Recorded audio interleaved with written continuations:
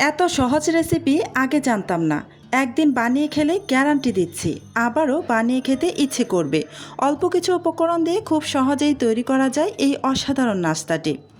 আজকের ভিডিওর একদম শেষে আমি জানিয়ে দেব এই নাস্তাটি কিভাবে সঠিকভাবে সংরক্ষণ করলে অনেক দিন পর্যন্ত ভালো থাকবে। চলুন তাহলে রেসিপিটা শুরু করা যাক। প্রথমেই একটি পাত্রের মধ্যে নিয়ে নিলাম মেজারমেন্ট কাপে মেপে আগে থেকে আমি রেখেছিলাম 1 কাপ ময়দা। এবার দিয়ে দিচ্ছি গুঁড়ো দুধ 2 টেবিল চামচ পরিমাণ, দিয়ে দিচ্ছি চিনি 1 টেবিল চামচ পরিমাণ, দিয়ে দিচ্ছি লবণ স্বাদ অনুযায়ী। এখন দিয়ে দেব এখানে তেল 1 টেবিল চামচ পরিমাণ।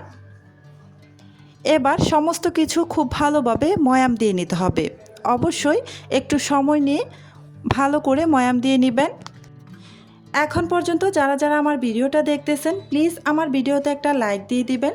আর আমার চ্যানেলটি যদি আগে থেকেই সাবস্ক্রাইব করে দেওয়া না থাকে প্লিজ আমার চ্যানেলটি সাবস্ক্রাইব করে পাশে থাকা বেল আইকনটি অন করে রাখবেন। এতে করে যখন আমি নতুন নতুন রেসিপির ভিডিও আপলোড করব তখন সাথে সাথে আপনার ওখানে নোটিফিকেশন পৌঁছে যাবে। এই তো ময়দাটাকে আমি খুব ভালোভাবে ময়াম দিয়ে নিয়েছি। এবার এখানে অল্প অল্প করে নর্মাল পানি দিয়ে একটা ডো বানিয়ে নিতে হবে। আমরা রুটি পরোটা বানানোর জন্য যেমন ডো বানিয়ে থাকি ঠিক সেভাবেই ডোটা বানিয়ে নিব। তবে এই ডোটা একদম নরম বা খুব বেশি শক্ত হওয়া যাবে না। ডোটা এমনভাবে বানাতে হবে যেন ডোটা শক্ত থাকবে বাট একদম মসৃণ হতে হবে। এই যে আমি অল্প অল্প পানি দিয়ে ডোটাকে কিন্তু আমি বানিয়ে নিয়েছি। ডোটা কিন্তু একদমই মসৃণ আছে। ডো কিন্তু খুব বেশি শক্ত হয়নি আবার একদম নরমও হয়নি। এই যে দেখতেই পাচ্ছেন। এবার এই ডোটার উপর থেকে আমি কিছুটা তেল মেখে নিব। এতে করে এই ডোটা যখন আমি রেস্টে রাখবো উপর থেকে ড্রাই হয়ে যাবে না। এই যে ঢাকনা দিয়ে ঢেকে আমি রেখে দিচ্ছি প্রায় 20 মিনিটের মতো। এবার চিনির শিরা তৈরি করে নেব। সেই জন্য চুলায় একটা প্যানের মধ্যে 1/2 কাপ পরিমাণ চিনি দিয়ে তারপর সামান্য একটু পানি দিয়ে দিয়েছি। সাথে দিয়ে দিচ্ছি 2টি সাদা এলাচ। এবার নাড়াচাড়া করে চিনির শিরাটা আমি তৈরি করে নেব।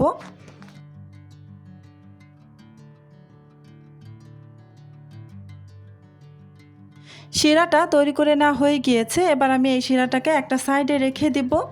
আর এদিকে এই যে চলে আসলাম, আমি যে ডোটা বানিয়ে রেখেছিলাম প্রায় 20 মিনিট হয়ে গেছে। এবার ঢাকাটা সরিয়ে নিয়েছি। এখন আমি এই ডোটাকে আরও কিছুক্ষণ মথে নিব। খুব ভালোভাবে এ পর্যায়ে এসে ডোটাকে মথে নিতে হবে। রেসিপিটা সম্পূর্ণ দেখলে অবশ্যই আপনারা একদম অবাক হয়ে যাবেন, কেননা এই রেসিপিটা যে এত সহজ আর খেতেও অসম্ভব টেস্টি, একদম পারফেক্ট হবে। এই যে খুব ভালোভাবে মথে নেওয়ার পর আমি লেচি কেটে নিচ্ছি। এই পুরো ডোটাকে প্রায় 4 ভাগে ভাগ করে নিচ্ছি।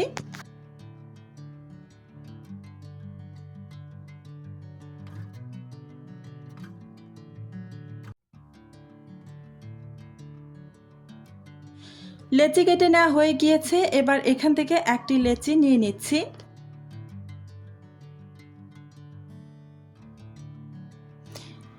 এবার এই লেচিটা দিয়ে আমি একটি বেশ বড় সাইজের রুটি বেলে নেব। রুটি বেলার সুবিধার্থে এখানে কিছুটা ময়দা ছিটিয়ে দিয়ে তারপর রুটিটা বেলে নিচ্ছি। বেশ বড় সাইজের রুটিটা বেলে নিতে হবে আর রুটিটা একদম পাতলা হতে হবে। রুটি অবশ্যই পাতলা করে বেলে নেবেন, তাহলে কিন্তু এই নাস্তাটা অনেক বেশি লেয়ারযুক্ত আর মুচমুচে হবে ভাজার পর। এভাবেই আমি 4টি লেচি দিয়ে 4টি রুটি বেলে নিব। অবশ্যই রুটিগুলো একদম পাতলা আর বেশ বড় করে বেলে নেবেন। এই তো 4টি রুটি আমার বেলে নেওয়া হয়ে গিয়েছে। এবার আমি একটা ময়দার মিশ্রণ তৈরি করে নেব। একটি ছোট বাটিতে 1 টেবিল চামচ পরিমাণ ময়দা আর কিছুটা পানি দিয়ে ময়দার মিশ্রণ বানিয়ে নিচ্ছি। এই ময়দার মিশ্রণটা আমার একটু পরেই কাজে লাগবে। এই তো ময়দার মিশ্রণটা হয়ে গিয়েছে। এবার এই যে একটি রুটি বিছিয়ে নিয়ে তার উপরে আমি তেল মেখে নিচ্ছি। তেল মেখে নেওয়া হয়ে গিয়েছে। এবার উপর থেকে আরও একটি রুটি বিছিয়ে নিলাম। চারপাশ থেকে খুব ভালোভাবে সমান করে রেখে তারপর এই রুটিটার উপরও আবারও তেল মেখে নিচ্ছি। তেল মেখে নেওয়া হয়ে গিয়েছে। আবারও আমি আরও একটি রুটি দিয়ে দিচ্ছি। এভাবে পরপর 4টি রুটি তেল মেখে উপরে বসিয়ে দিব।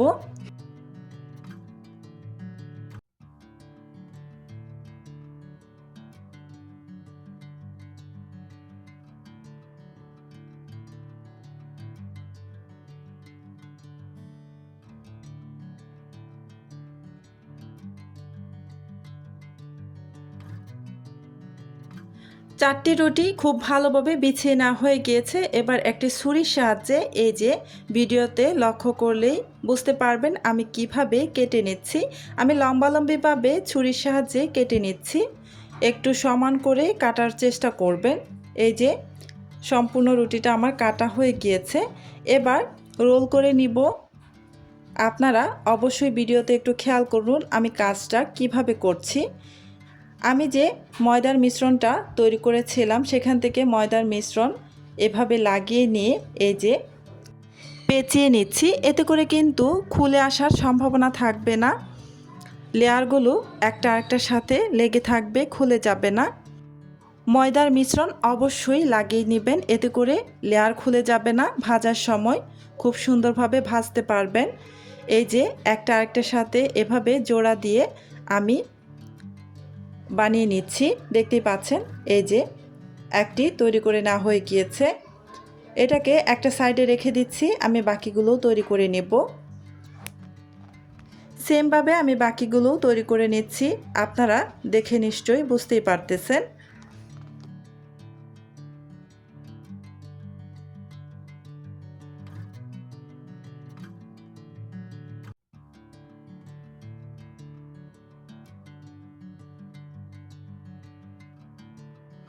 আসলে বলে বোঝানোর কিছুই নেই, আপনারা জাস্ট দেখেই বুঝে নিতে পারবেন।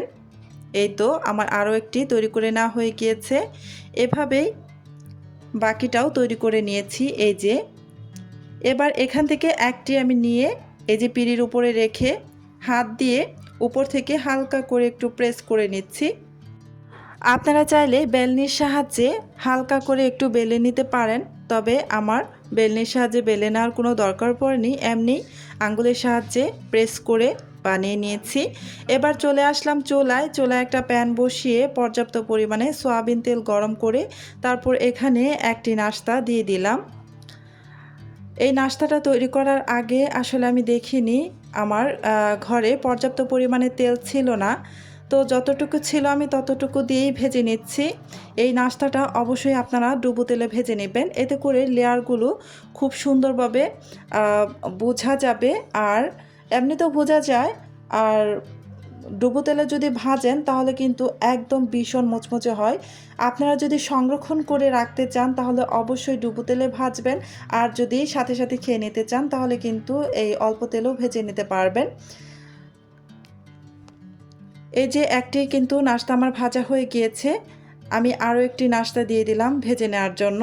চুলার আঁচ মিডিয়ামের থেকে একটু লো আঁচে রেখে তারপর এই নাস্তাগুলো ভেজে নেবেন, এতে করে কিন্তু খুব সুন্দরভাবে মুচমুচে হবে। আর অবশ্যই সংরক্ষণ করলে ডুবো তেলে ভেজে নেবেন। চুলার আঁচ একদম মিডিয়াম টু লো আঁচে রেখে একটু সময় নিয়ে যদি ভেজে নেন তাহলে কিন্তু অনেক দিন পর্যন্ত সংরক্ষণ করে খেতে পারবেন। একদম ভেতর থেকে পুরোটাই মুচমুচে হবে। যেহেতু আমি এখানে অল্প তেল দিয়েছি তাই সাইড থেকে কিছুটা তেল উপর দিক থেকে ছিটিয়ে তারপর ভেজে নিলাম। এই যে দেখুন উপর থেকে কত লেয়ার বোঝা যাচ্ছে, দেখতেই পাচ্ছেন। এই তো সবগুলো ভেজে নেওয়া হয়ে গিয়েছে।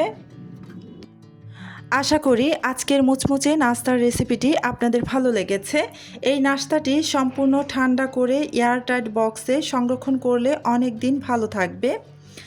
আপনারা যদি এই নাস্তাটি সংরক্ষণ করে খেতে চান তাহলে কিন্তু অবশ্যই এই নাস্তাটির উপরে চিনির শিরা ব্যবহার করবেন না। চিনির শিরা দেওয়া ছাড়া এয়ারটাইট বক্সে ভরে প্রায় 2 সপ্তাহের মতো সংরক্ষণ করে রেখে খেতে পারবেন। যখন খাবেন তার আগ মুহূর্তে উপর থেকে চিনির শিরা দিয়ে তারপর খাবেন। এই যে আমি যেহেতু এই নাস্তাটা সংরক্ষণ করে রাখবো না, এখনই খেয়ে নেব, তাই উপর থেকে চিনির শিরা দিয়ে পরিবেশন করে নিচ্ছি। দেখতেই পাচ্ছেন আমি যে শিরাটা তৈরি করেছিলাম সেখান থেকে শিরা নিয়ে উপর থেকে দিয়ে দিলাম। এই নাস্তাটা দেখুন কতটা লেয়ারযুক্ত হয়েছে আর দেখে কতটা লোভনীয় লাগছে। আমার আজকের এই নাস্তার রেসিপিটি যদি আপনাদের কাছে ভালো লেগে থাকে তাহলে অবশ্যই আমার ভিডিওতে একটি লাইক দিয়ে দিবেন, কমেন্ট করে জানাবেন কেমন হয়েছে। আর আমার চ্যানেলটি যদি সাবস্ক্রাইব করে দেওয়া না থাকে প্লিজ আমার চ্যানেলটি সাবস্ক্রাইব করে পাশে থাকা বেল আইকনটি অন করে রাখবেন। এতে করে যখন আমি নতুন কোনো রেসিপির ভিডিও আপলোড করব তখন সাথে সাথে আপনার ওখানে নোটিফিকেশন পৌঁছে যাবে। তো আজকের মতো এখানেই বিদায় নিচ্ছি। আপনারা অনেক বেশি ভালো থাকবেন, সুস্থ থাকবেন। আল্লাহ হাফেজ।